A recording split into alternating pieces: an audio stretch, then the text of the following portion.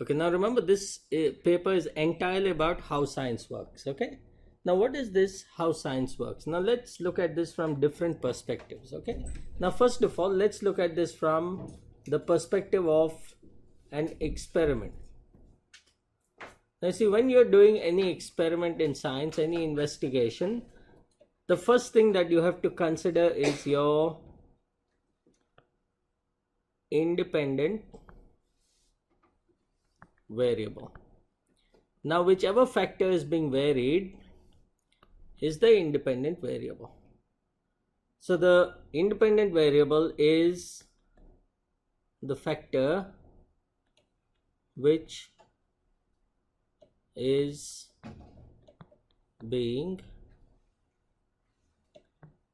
varied. It's being changed. Is it clear? Now, what do you need to understand when you're looking at the independent variable? See, the first thing that you must see that is that there must be a suitable range of values. Sometimes I'll give you an example. I'll tell you why we need to look at this, and these are things they can test in the exam. Okay, now see. Now sometimes in the exam or while you're doing an experiment, your independent variable, let's say it's enzyme concentration.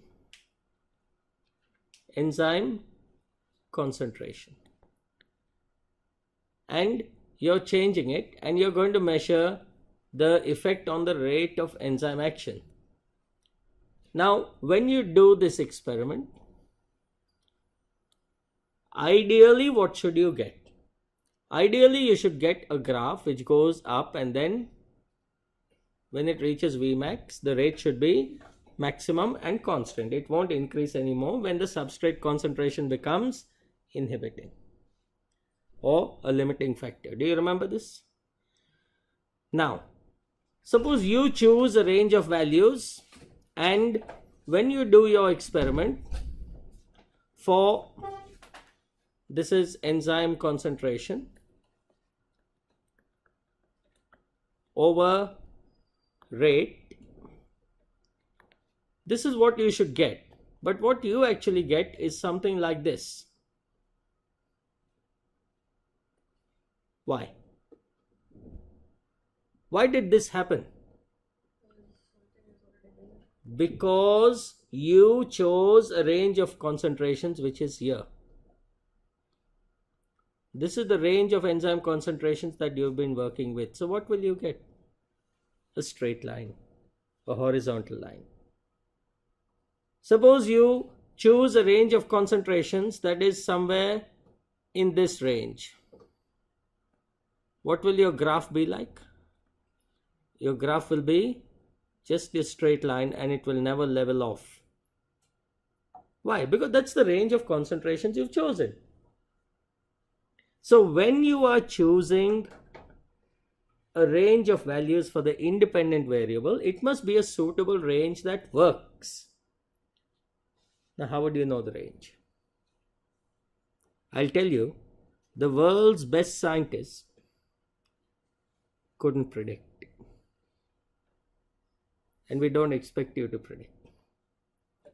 But in science, it doesn't work by predictions. It works by practice. Science is very pragmatic. You find out things by experimenting. So if you want to know a range that works, what you will need to do is you will need to carry out a few experiments, a few trial experiments, and find out a suitable range that works. Whether it be enzyme action, whether it be tensile strength of plant fibers, anything. Any experiment you're doing, whether it's auxin concentration, cytokinin concentration for callus growth, what works, you can find out only by experimentation. So you can determine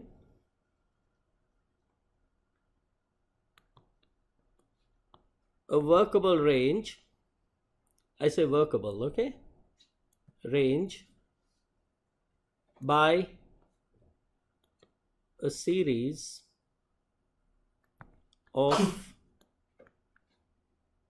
trials, or we sometimes call them pilot experiments. Is this clear? So this is one consideration we need to make when we are looking at the independent variable. Is it clear? Now, the second thing we need to know, second factor we need to consider when we are dealing with the independent variable is this. Now, these are commonly tested things in the exam, okay? Now, if you have a range, let's say we have a graph, and it goes, let's say this is some factor x and y, and this goes up and comes down like this. Whatever the variable, I'm not talking of any experiment in particular, I'm talking about how we deal with the independent variable, what factors we need to look into. Now, here I have one value, here I have another value, here I have another value. These are the points which these are data points, isn't it? This is how I get this graph, by plotting these points of data.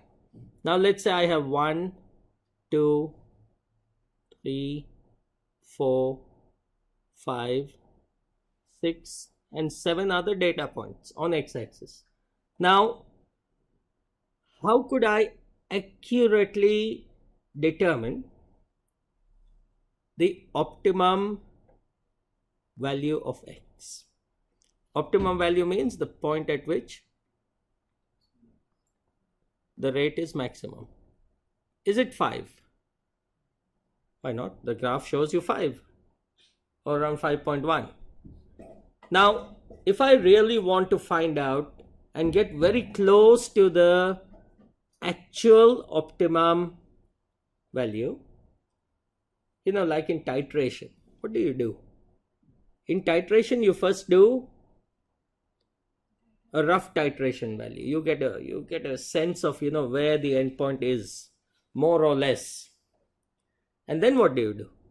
The second time when you're doing it, when you come close to that value, you get very, very careful and very stingy with the tap. You don't let the liquid flow out very easily from the bureau. You let it drop by drop by drop, and after every drop you will swirl the contents of the flask to observe if there's a color change. What are you trying to do? You're trying to get as close as possible to the actual value. Now, if you want to improve the accuracy of finding the optimum independent factor, the independent value here, whether it's enzyme concentration or the tensile breaking mass of the fiber, breaking force, whatever. Now what you can do is, now after you get this value once, now what do I know from this experiment? That can I safely say now that the optimum value for the x-axis is somewhere between 4 and 6? Can I safely say that? Now what I can do is I can repeat the experiment by keeping the independent variable at 4, 4.2, 4.4, 4.6, blah blah blah, 6.0. Now will I get a more accurate assessment of the independent variable? Yes. So these are factors which you must look into when you are considering an independent variable. See, this paper 3 is not about the content. It's not about learning up the practicals like a recipe and going and cooking that in the exam. Everything comes with a different flavor, The examiners tweak everything, the same ingredients, but they're made in a different way. They're put together in a different way. Can you understand? And these are the things that the examiner will be testing. It's your approach to the content, not the content itself. It's whether you know about these aspects of science. If you know how science works, that's why they call this HSW, how science works. And your paper 3 and paper 6 is completely on how science works. And this is what how science works is. You have to look at different aspects of the how science works criteria. So these are some of the factors that you will need to consider when you are choosing the independent variable, the range of values for the independent variable. Is this clear? Now the next thing. Now we have to vary the independent variables with a suitable range. And I told you what we need to consider while selecting that range. Is it clear? Now the second thing is the confounding variables. Now what are confounding variables?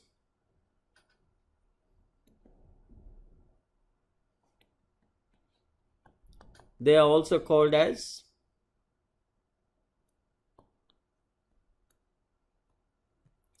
controlled variables.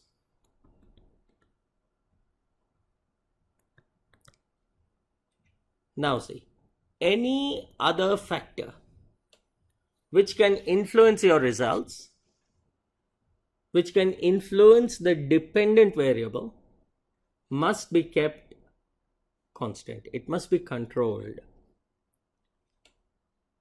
Is it clear? And for every experiment, you have to think this out. And you will have to know how to keep these constant. For example, a very simple thing in the October 2016 paper they gave, how will you keep the sucrose concentration constant in all the trials? Simple. Take, let's say, 10 grams of sucrose, mix it in 100 centimeter cube of distilled water, make a solution, use equal volumes of that solution for all the Petri dishes. And you're done. It's constant. It's the same for everything. Is it clear? Now these are factors which you will have to think about.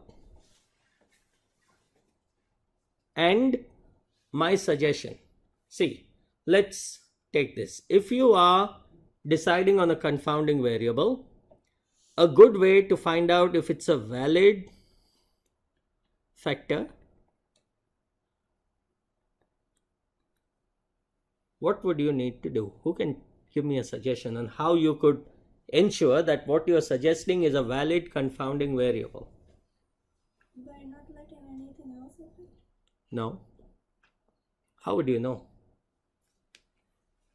You wouldn't know.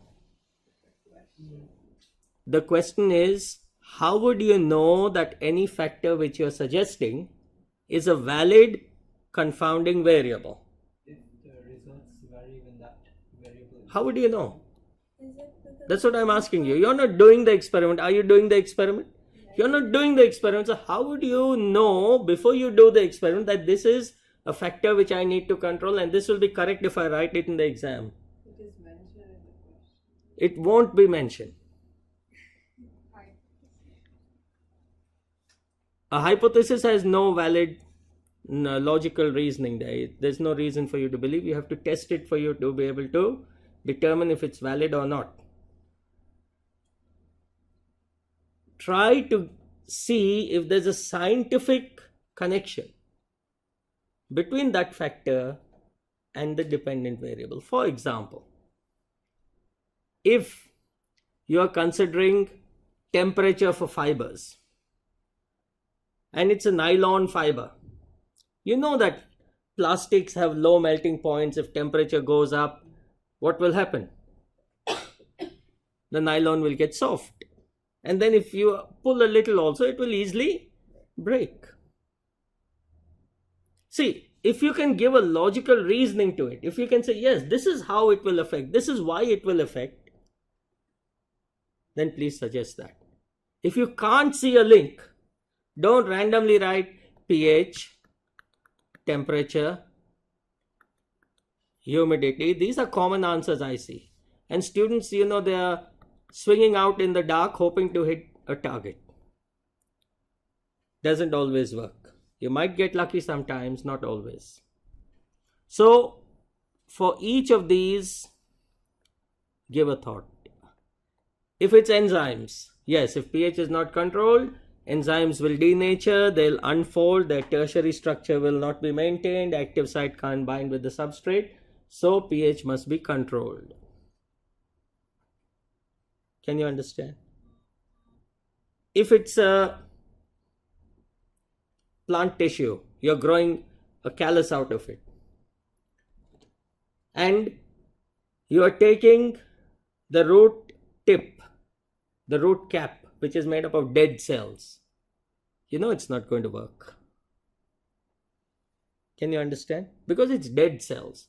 But if you're taking meristematic cells, the region just behind the root tip, or you're taking the apical bud, the top of the root, top of the stem, or you're taking a bud at the axil of the leaf, they are made up of meristematic cells. They are rapidly dividing cells. They will work. So you can see a link there. In other words, what I'm trying to tell you is be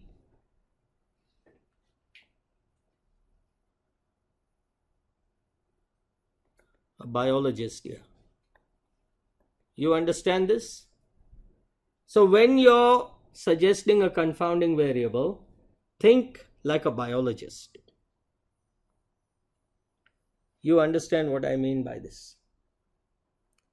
Give a biological explanation for it. In your mind, you don't have to write down that this is why I'm suggesting it's a confounding variable. But make sure you see the link. Because in the exam, they ask you 2 variables. You write the third one. Even if it's correct, they'll mark the first 2. If the first one is wrong, you get 1 out of 2. You understand this? That's called the list rule. If they say name 2 confounding variables, you write 1, 2, 3. The first one is wrong. Second one is correct. Third one is correct. You get 1 out of 2 marks. So you don't have the luxury of, guessing over here. So be careful. It's a very important aspect of your how science works procedure. Is it clear? If you're suggesting, for example, for Daphnia, size of Daphnia, then if the Daphnia is larger, if the Daphnia is larger, it's going to take more time to actually absorb the caffeine compared to a smaller Daphnia. And if you are not giving enough time for the larger Daphnia to absorb the caffeine that it can from the solution, then that can influence the effect of the chemical. But if you're giving enough time, it's not a factor that will influence. See, for example, if you're taking a Daphnia, so think, don't just randomly say, okay, it's given in the notes, it will work. Every experiment, it will change. You understand what I'm saying? So if you take a big Daphnia here, not of this shape, but I'm just giving you the concept here. And you take a small one. Now you're putting each into 5 milligrams per dm cubed caffeine solution. Now, how much can this Daphnia absorb by diffusion? 5 milligram per dm cube, close to that. When it becomes equal, diffusion will stop. How much can this Daphnia absorb? Same thing. The only difference is this may take 2 minutes to absorb that, and this may take 1 minute. And if I am giving a 1 minute time interval to absorb, then I have a problem. You get what I'm saying? So think critically about the factors which you are suggesting. See whether, the examiner can cut out your points in some way or the other. Think on these things. Don't randomly just suggest them. Is that clear? And just suggesting the factors is not enough. You have to give at least a simple, practical way of keeping those factors constant, a practical way of controlling these factors. Any questions, any doubts on this? Anyone? Okay, so I think if you read the Unit 3 book, I've given a whole list of suggestions of factors as confounding variables. All of them won't apply to every experiment. It depends on your experimental procedure. It depends on what factors have been controlled. It depends on how the experiment is being done. It's just a suggested list over there. And sometimes those will appear in the marking scheme, sometimes they won't. It's because of the context in which the experiment is being done.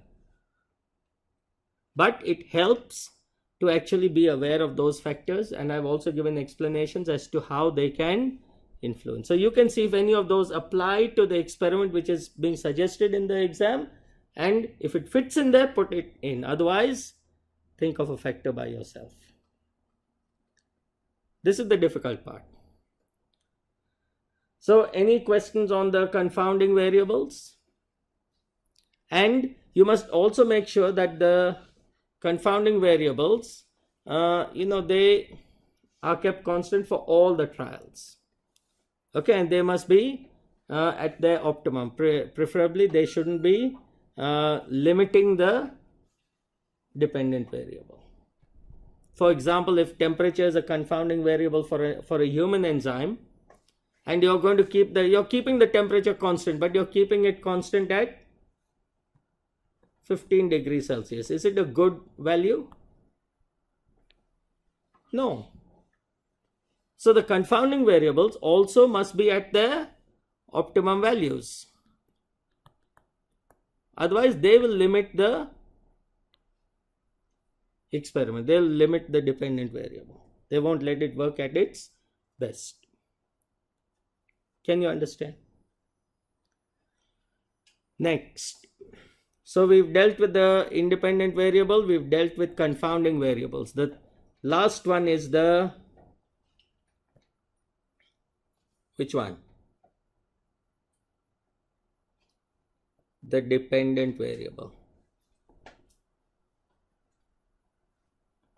Now what about the dependent variable? See, this again. The dependent variable has to be measured accurately. It's the factor you're going to measure at the end of the experiment. And to measure it accurately, you have to use the right kind of technique and equipment. Is it clear?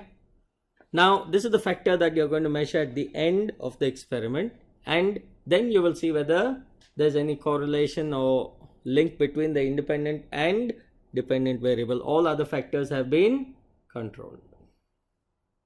Is it clear? Now, let's come to the next aspect. Now, let's move on from this. Okay, let's go on a little more. If ethanol concentration is the independent variable in the beetroot, 25 should be good enough.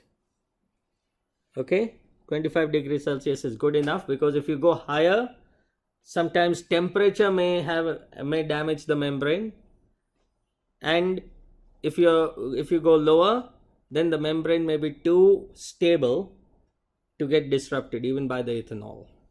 It will be too, the fluidity will be very low, and the phospholipid bilayer will almost freeze, so it won't easily fall apart. Can you understand? So 25 is a good value. That's why I say, think. Be biological when you're thinking about the dependent variable, the confounding variables. Is it clear? Give reasons, like I just reasoned out. Okay, why 25 is a good temperature? Why 5 degrees, why 0 degrees is not good for Daphnia? It will freeze, it will become ice. Cells will be damaged. Why 50 degrees is not good for Daphnia? Enzymes will denature, Daphnia will die again. You won't have anything to measure. heartbeat rate will be 0. So, think biologically about these things. Is that clear? Yeah, some of you are saying easier said than done, no? Okay. Now, so what do? We'll put it all together. Independent variable has to be varied. Then confounding variables have to be what? Controlled. And dependent variable has to be measured. And it must be measured not qualitatively but quantitatively. So it must give you, I want a word. It must be measured accurately, of course, but it must give you, no, it must give you, very good, the D thing, data. If you don't have data, you can't proceed with the scientific procedure. Is it clear? Now, what do you do with this data? The data has to be analyzed and interpreted. Is it clear? Now, one of the ways of analyzing the data is, we'll come to that. So data. Now, what can we do with the data? So the data has to be checked for reliability. Now, how can we check the data for reliability? Simple thing. Repeat the experiment several times. Find the mean values, which is the average. Calculate the standard deviation and then plot range bars on the graph. Now, this is a means of assessing the reliability of your data. Can you understand? Now, this is how you will interpret this. Now, let's see what the range bars actually tell you. Now, see. Suppose this is a graph you get, and you're going to plot in the range bars. Now, this is the first range bar you put. They always have to be symmetrical if it's standard deviation. That means equal height above and below the mean. Clear?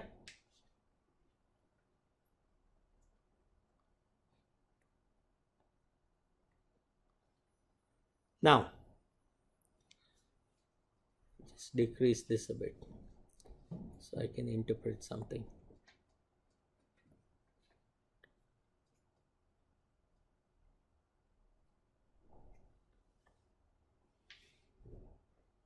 Now, how many data points do I have? I have 3 data points on this graph. Okay? Now, from these 3 data points, I have 3 standard deviations. Now, what it tells me is that I'll label them A, B, and C. What it tells me that is that B is the most reliable set of data that I have, because the standard deviation is the lowest. And the least reliable of these is data set A. Is it clear? Because the range or the data is spread very far away from the mean. So I can't really trust what this data is telling me. Can you understand that? Now, what else do these range bars tell us? It tells me that whatever A or B is, see, now A is something, right? B is something else, C is something else. Now let's say, for example, this is, let's take any experiment. Tell me, name some experiment, quick. Okay, vitamin C. Let's say this is temperature, clear? Storage temperature, and this is vitamin C concentration. Now you know what this means? This means that the vitamin C concentration is significantly higher at B than at A. Why? Because the top of this bar doesn't overlap with the bottom of range bar B. So now I can clearly say that vitamin C concentration at A is significantly, the word is very important, significantly lower than at B. Why? Because the range bars do not overlap. If the range bars had overlapped, what conclusion will I have to make? That the difference in vitamin C at A and B is not significant. There's no difference. I can conclude safely that the vitamin C at A and B is almost the same. Can you understand this? Now, can I conclude the same thing between B and C? Can I say that the vitamin C concentration at C is higher than at B? Yes, I can. What if the range bars overlap? What if there was a point, another point here? And let's say this is D. Now, what does D actually do? Now, D tells me that the vitamin C concentration at B and D are not significantly different.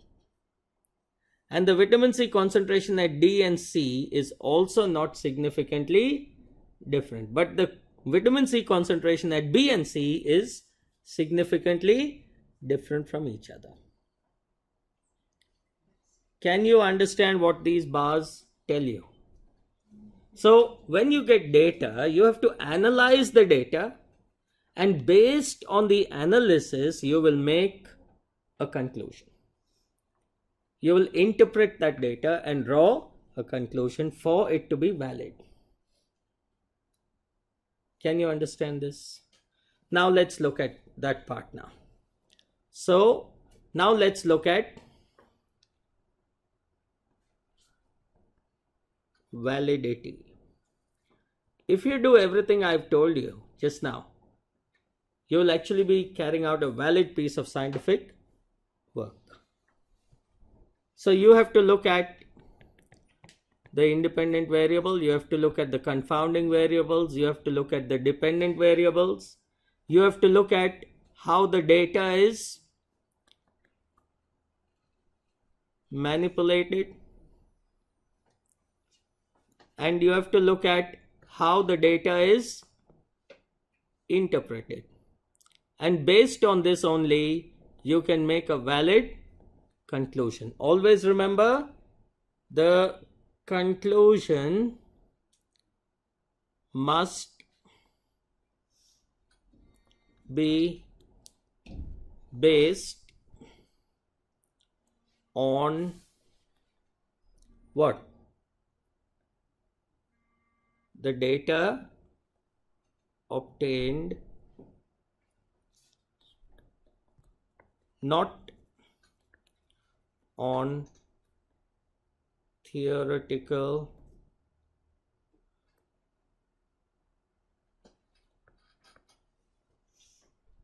assumptions. Do you understand this?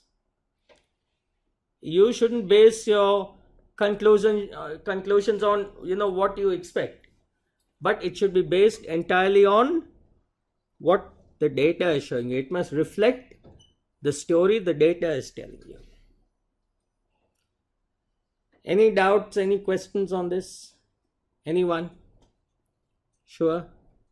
So remember, these are things which they are going to test. If you look back at your papers, they don't really test anything else.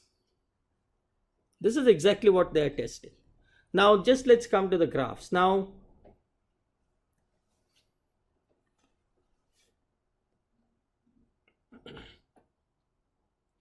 with the graphs, remember,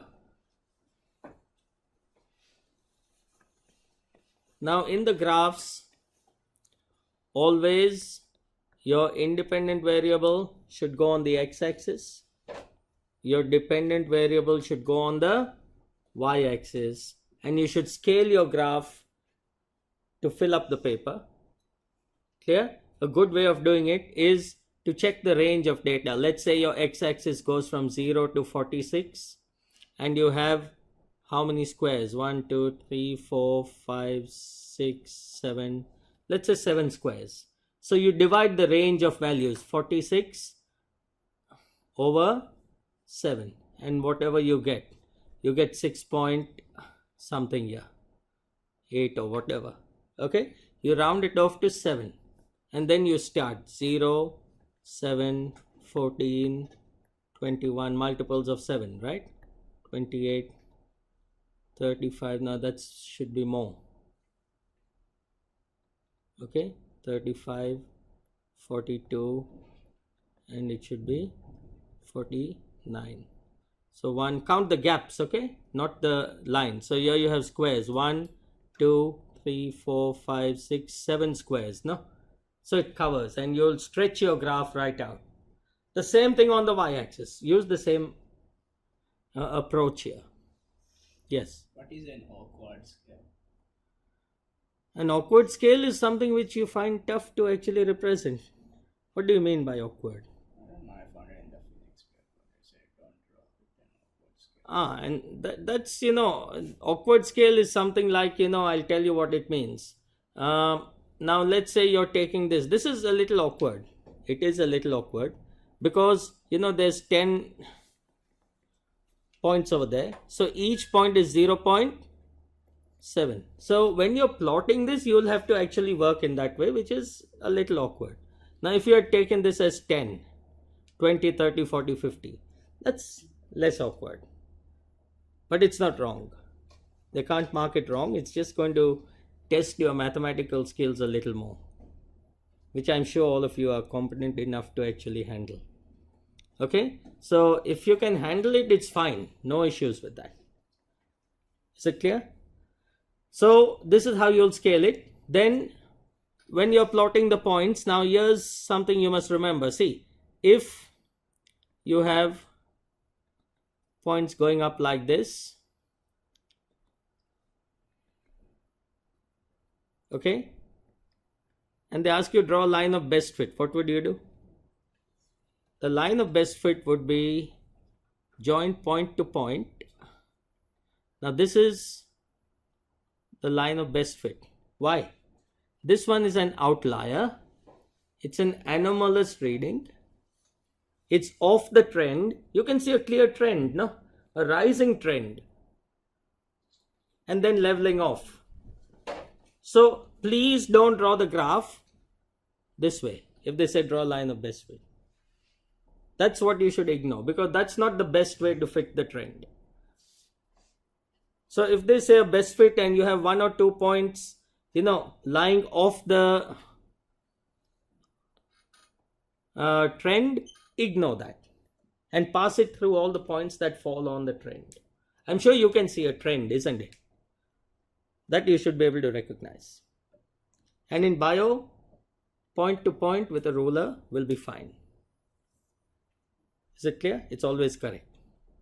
And you can ignore some points which may lie way off the trend. Ignore that. So we don't have to draw a curve. You don't have to draw a curve. And don't extrapolate.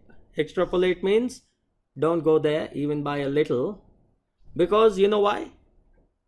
You don't know whether it's going up or down after that. No data. You can't assume. There's no data. You're making an assumption, a baseless assumption, which is wrong.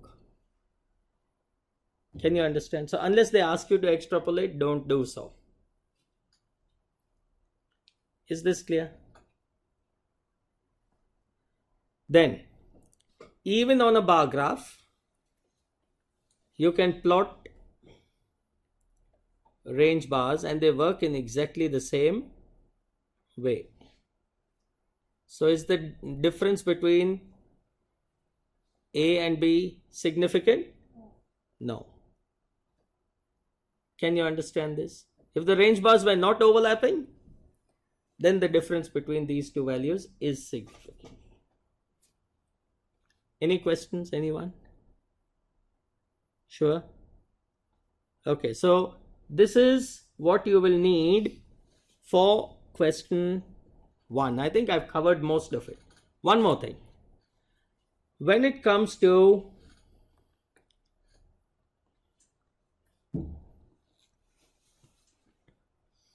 validity, they often give you some work and they say blah and blah, so and so and so and did so and so work. Comment on the validity of this, of your results. Now, how would you know? Usually if it's a published piece of article from a journal and you're asked to compare your work, remember, scientific work which has been published in a journal has been through a review process. And during the review process, they check for validity of the work. So that work is valid. If you are doing your work on a similar, remember, it must be identical work. If your work is different, you can compare it with that and say, yes, I am getting the same result, so my work is also valid. You'll get a sense of whether it's valid or not, but you have to look at other factors as well. For example, they may have used one particular enzyme, you may be using another enzyme. So you can comment and say, yes, we both are using enzymes and we get similar results, but that enzyme is different from the one I was using, so we can't be sure whether my work is also valid. Because different enzymes react differently. They may have a different optimum temperature, they may have a different pH. That experiment was done at one pH, I am doing it at another pH. There are differences.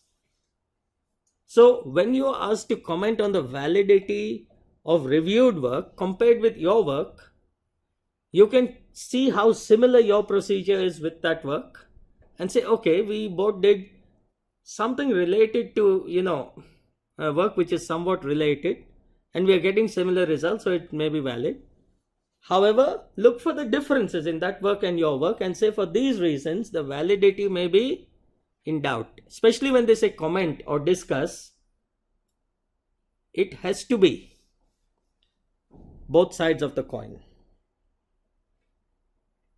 Can you understand this? If they're asking you to compare, then you give both sides of the story. Look for similarities, look for differences, and then say it's valid because it's similar in this way. It may not be valid because it's different in these ways. So we can't make a conclusion based on those people's work. We have to assess our own work for validity. Do you understand the logic of them giving this in the exam? They ask you to compare it with somebody else's work. This is what you have to look at. If you are looking up at some other student's work and you're getting similar results, both of it may be invalid. Both may be valid depending on whether you follow the scientific protocol that we have just discussed. Any questions? Anyone? Okay, I think with this information, it should be enough for you to approach question number 1. Whether it's any of the 9 experiments, the same approach will be tested. Okay? Tomorrow, same time, we'll deal with question number 2, the criteria for the article. because there's nothing else to learn. It's all about the approach, your mindset about dealing with scientific articles, dealing with research, approaches to research, manipulation of data, and all these things that they're testing you. Is that clear now? Okay.